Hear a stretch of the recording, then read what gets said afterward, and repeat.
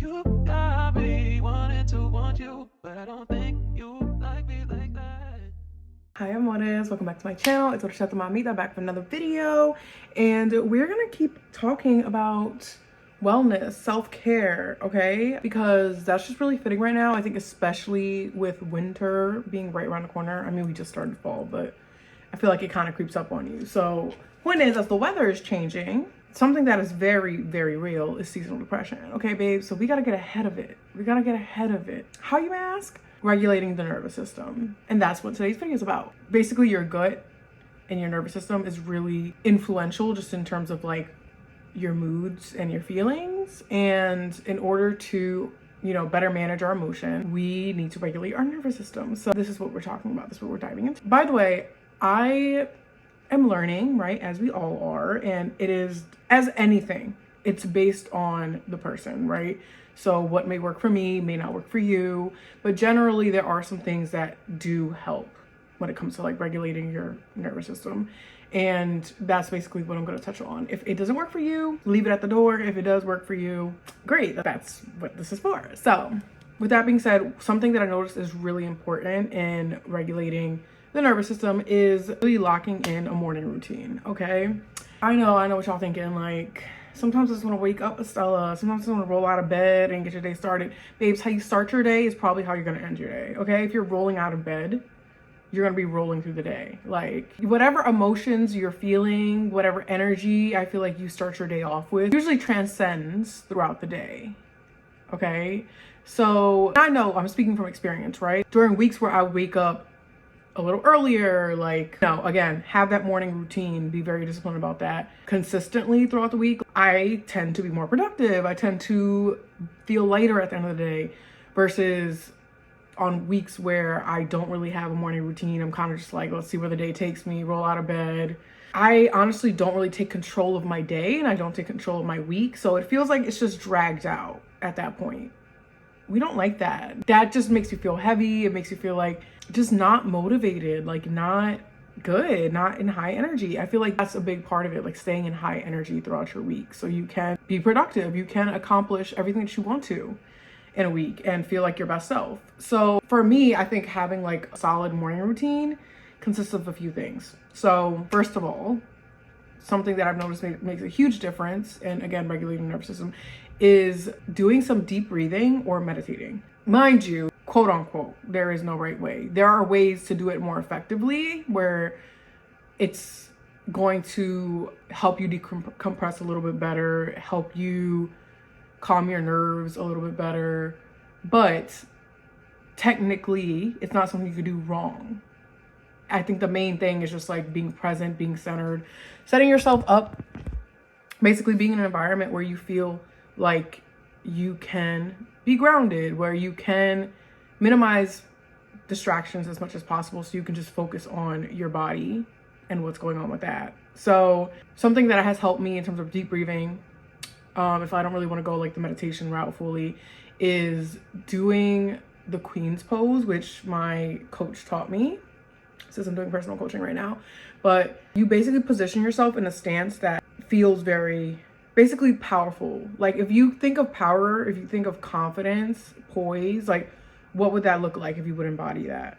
And basically doing that pose, that coupled up with something called belly breathing, which I've also recently learned. And now I'm actively pulling out of my toolbox when I am feeling overwhelmed or even at the start of my day. If you're breathing normally, or at least for me, like my default is to like breathe with my shoulders. So let me give you guys an example. You see that? Now, something my coach taught me is, and I'm not gonna sit here and say I'm an expert, okay? Because like I'm learning this through someone else. Like I'm not a master of breathing. I'm not a yogi, but just sharing the things that have been useful for me and just like how I've applied it in my life. But instead of breathing with my shoulders, well, basically breathing with my like chest, throat, now I'm doing belly breathing, which is supposed to release more air and be more grounding. So it takes less time to basically like be in a relaxed state. I'm gonna show you guys an example. So Queen's pose, deep breath in,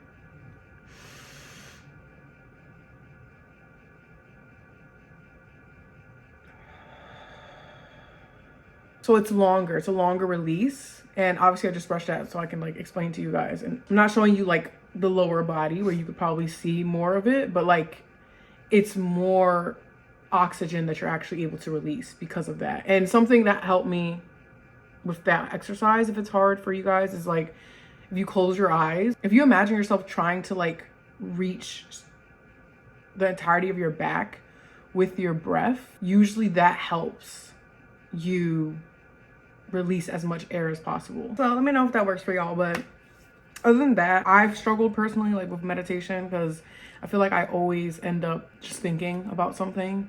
But the point is to just try to meditate. Again, try to limit how many distractions you have around you, like how much noise, and being like kind of like in a peaceful environment. But what really helps too, aside from like that general guidance, is also to just like literally have guided meditation. So I usually like to listen to meditation podcasts basically, and some of my favorites are for my Spotify girlies. I don't know if they're on Apple Music. I assume they probably are, but one of the podcasts is called the Daily Meditation Podcast.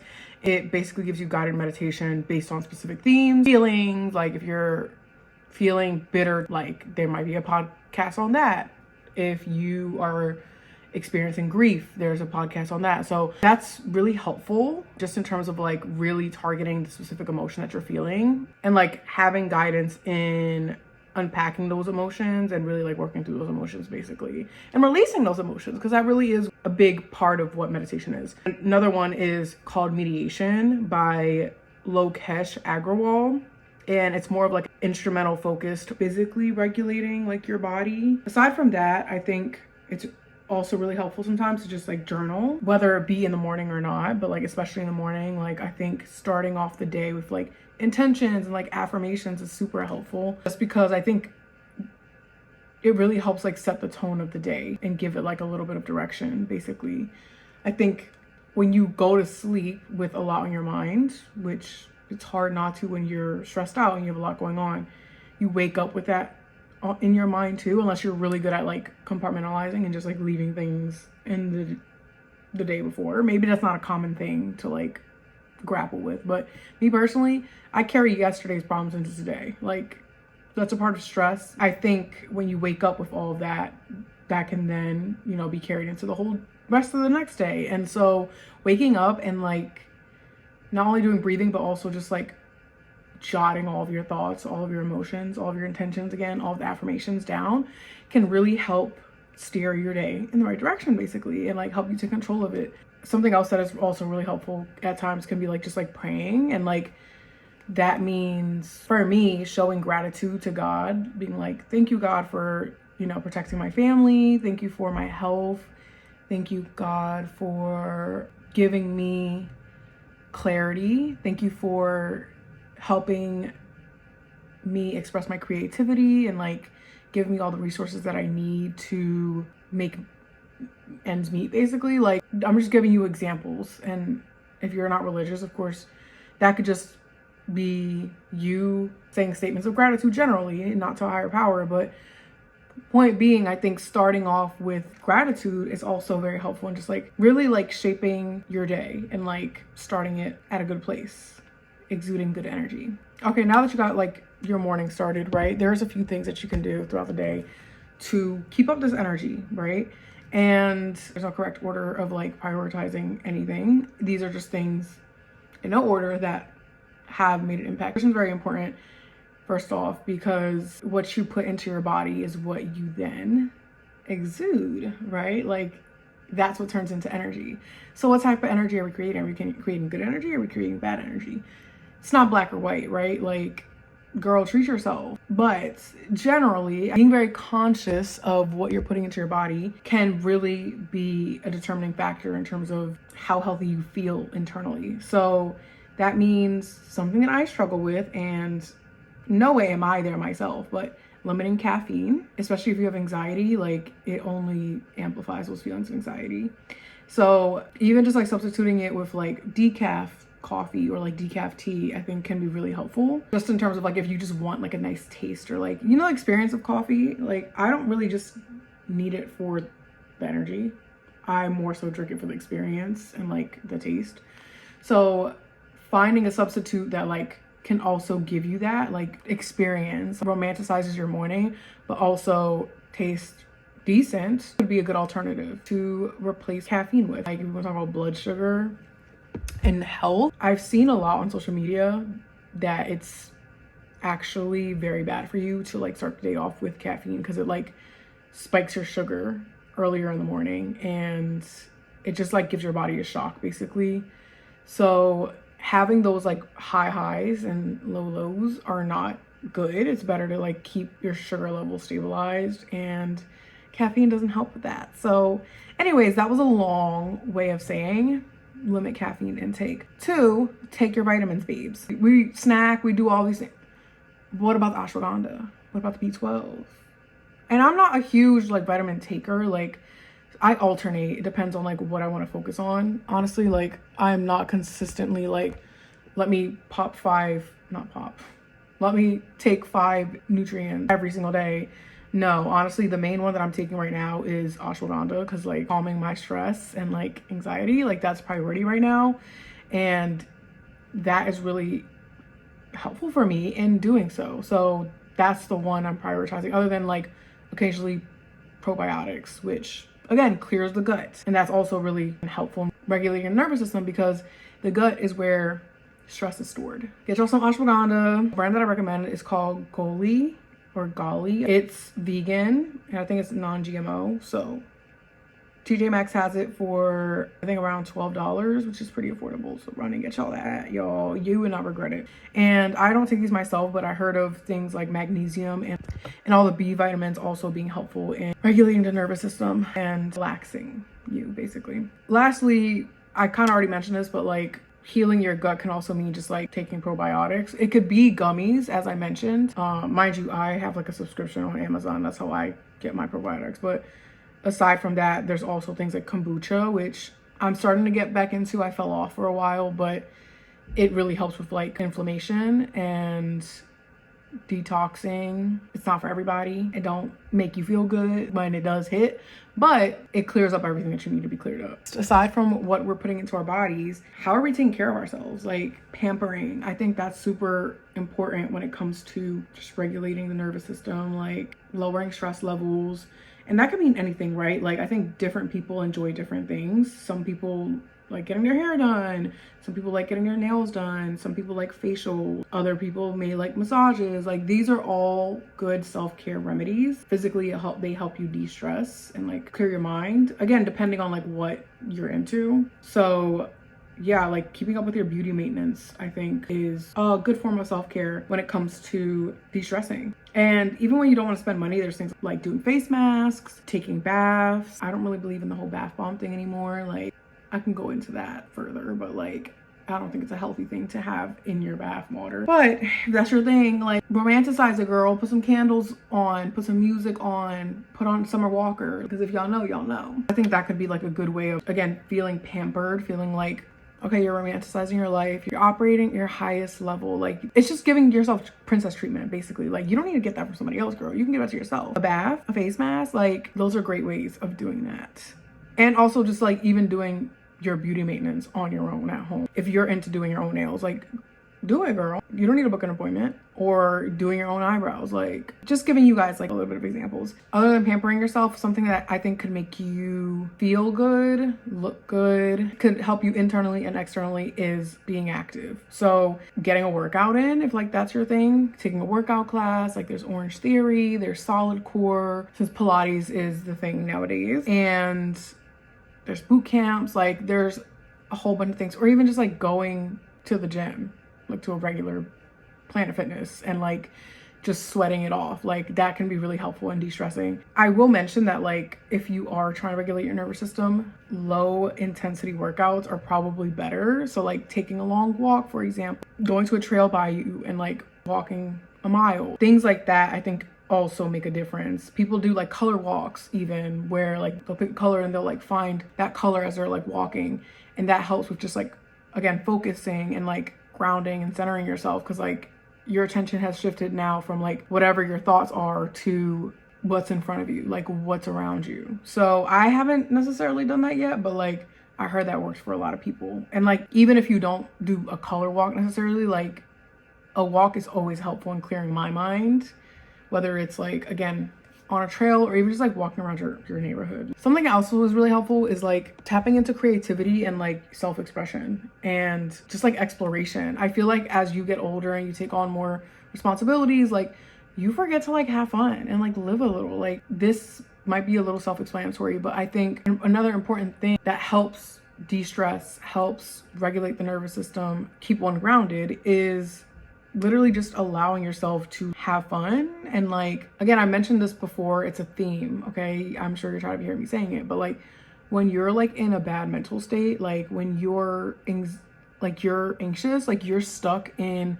anything but the now. Like you're very confined mentally to like the future, like the past, possibilities, worst case scenarios, instead of being grounded in the now. And instead of using the mental energy to think about those things, it's good to replace that with using that mental energy to create, right? It's more normalized for kids to do, but like a lot of the times you don't think an adult is gonna make time for it. Like a coloring book, choosing to color, arts and crafts, like building something from scratch.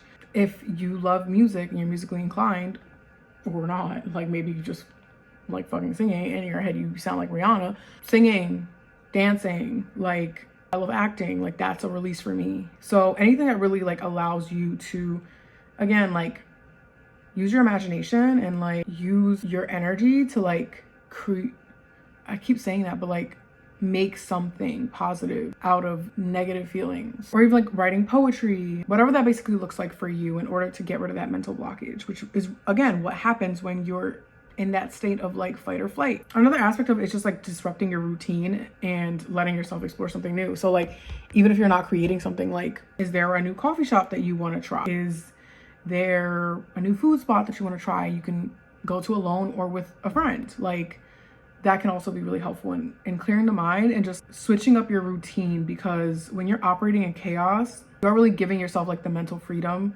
to discover new things. And like, you're in your head. So that's keeping you stuck mentally and in some ways physically. Like it's hard to do a bunch of different things.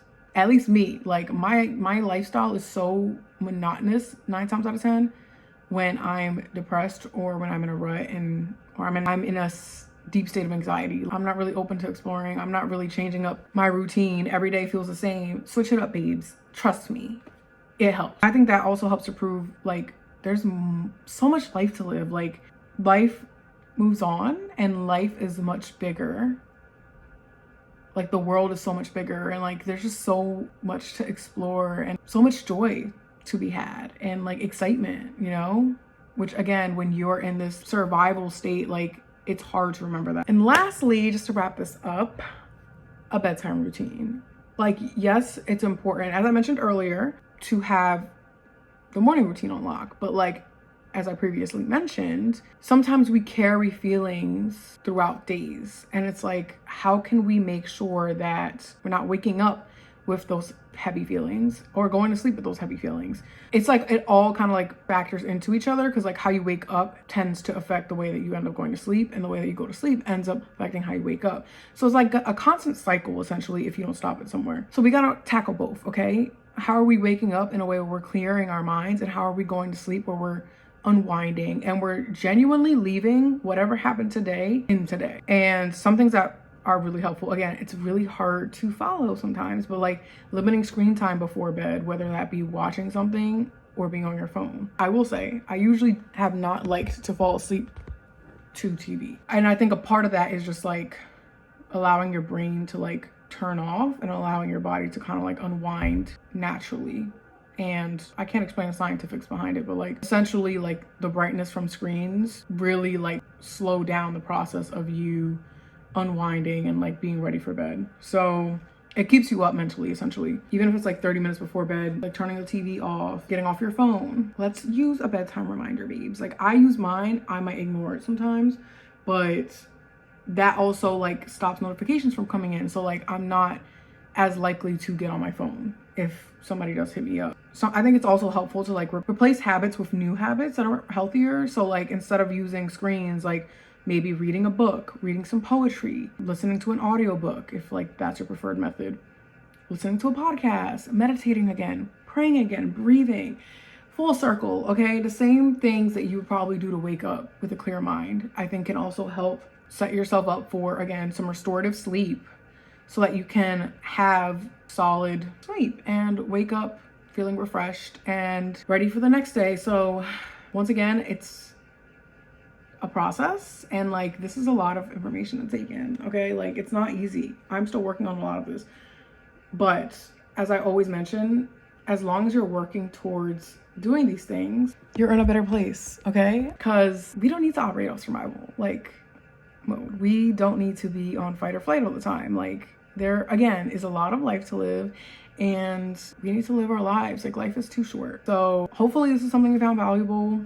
Leave a comment down below if you did find it valuable. Let me know if there's something else that's similar that you guys would want me to like touch on. But with that being said, I really appreciate you guys tuning in. I hope you're doing a lot of things that make you happy and like keep you grounded and keep you at peace. And I hope you guys stay tuned for the next video. But if we're being real, that's just not my style.